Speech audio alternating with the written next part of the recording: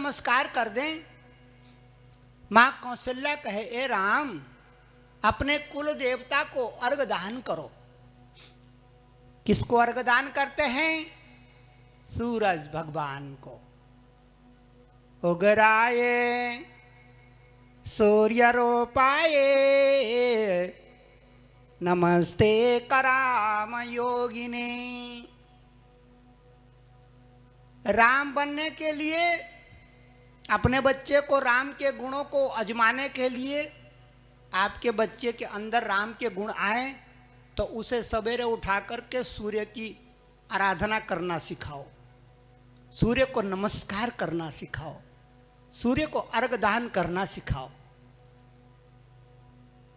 पुराणों में कहा है, लोटा लेके सोने का। किसको अर्घ दान कर रहे हैं बच्चे? सूरज भगवान को। क्यों करते हैं सूरज को अर्घ दान?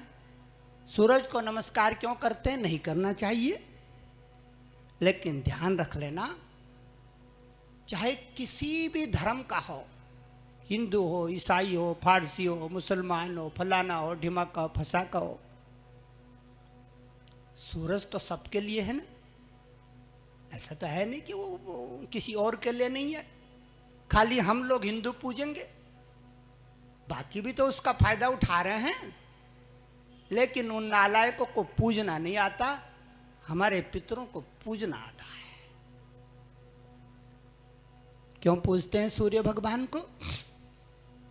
सूर्य भगवान इस धरती पर, ध्यान से सुनो मेरी बहनों, जो बता रहा हूं कल से करना, आपको फायदा होगा। सूर्य भगवान इस धरती पर प्राणों का देवता है। कौन है प्राणों का देवता? सूरज। सूर्य भगवान इस धरती पर प्राणों का राजा है।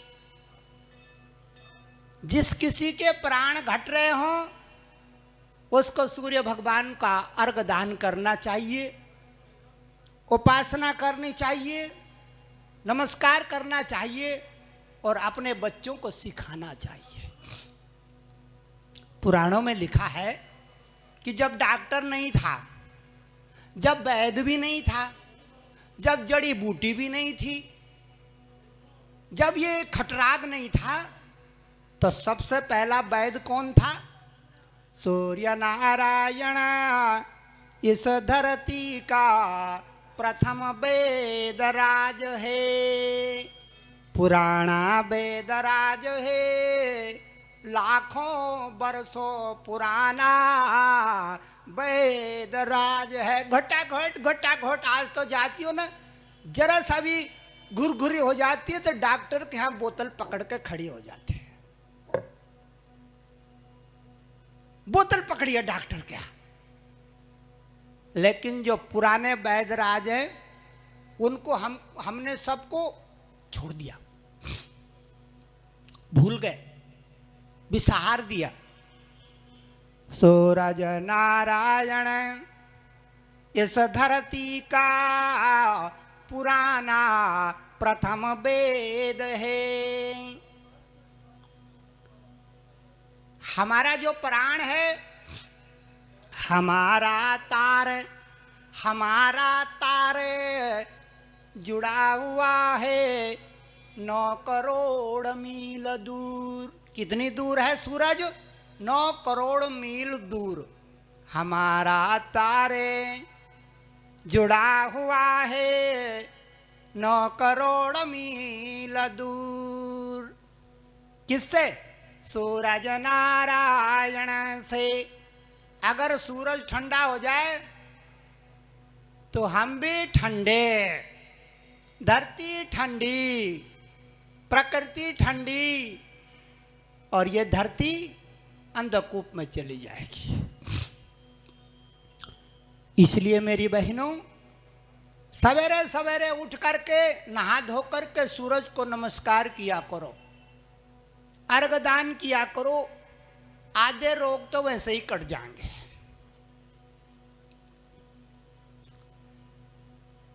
सूर्य नारायण प्राणों का देवता है, इसीलिए भगवान राम का जन्म सूरज कुल में हुआ। किस कुल में हुआ? सूरज कुल में। और जितनी हमारी बच्चियां बैठी हैं सबका जन्म सूरज कुल में ही है। बिना सूरज के आई नहीं है यहां पर। सूरज नहीं आएगा तो आएगी कहां से? सबका जन्म सूर्य वंश का है, चाहे वो कोई भी है। बिना सूर्य वंश के अवतरित होना मुश्किल काम है। और दूसरा है, आपने भागवत में सुना होगा चंद्र वंश। वो सुना होगा आपने भागवत में कि चंद्र वंश। वो चंद्र वंश में किसका जन्म हुआ था? श्री कृष्ण गोविंद हरे मुरारे हे नाथ नारायण वासुदेव।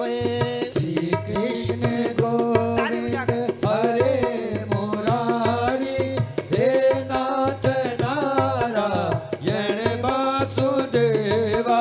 श्री कृष्ण गोविंद हरे मुरारे हे नाथ नारायण वासुदेवा।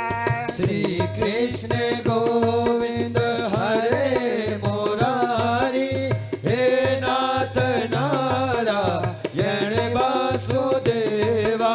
हे नाथ नारायण वासुदेवा। हे नाथ नारायण वासुदेवा। हे नाथ नारायण वासुदेवा। हे नाथ नारायण वासुदेवा। हे नाथ नारायण वासुदेवा। हे नाथ नारायण वासुदेवा। हे नाथ नारायण वासुदेवा। हे नाथ नारायण वासुदेवा। उगराए मेरी बहनों, मेरी बच्चियों, ये जो 7 दिन हैं आपके जीवन में बड़े कीमती हैं। इस बात को गांठ मान लेना। घर का काम धंधा होता रहेगा, पहले भी हुआ था, अब भी होगा, और जब हम नहीं रहेंगे तब भी होगा। इसलिए जो हीरे का समय हो, जवाहरात का समय हो, स्वर्ण समय हो, उसको नहीं गंवाना चाहिए। कल कौन आएगा आपके लिए गठड़ी लेकर के? रोज रोज नहीं आएगा बेटा को। जितना लूटना है लूट सको, पाने की कोशिश करो।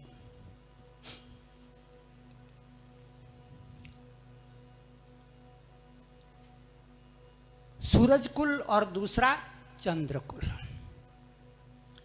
चंद्रमा मन का राजा है, मन का देवता है इस धरती पर। चंद्रमा प्रेम का राजा है, प्रेम का देवता है इस धरती पर।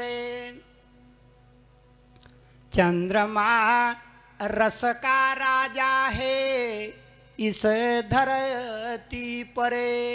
फूलों में रस, फलों में रस, अन्न में रस, माताओं के स्तन में दूध किसकी कृपा से आता है? चंद्रमा की। अगर चंद्रमा साल भर आना बंद हो जाए तो सबका दूध सूख जाएगा, गोपाल को क्या पिलाओगी? गोपाली को क्या पिलाओगे?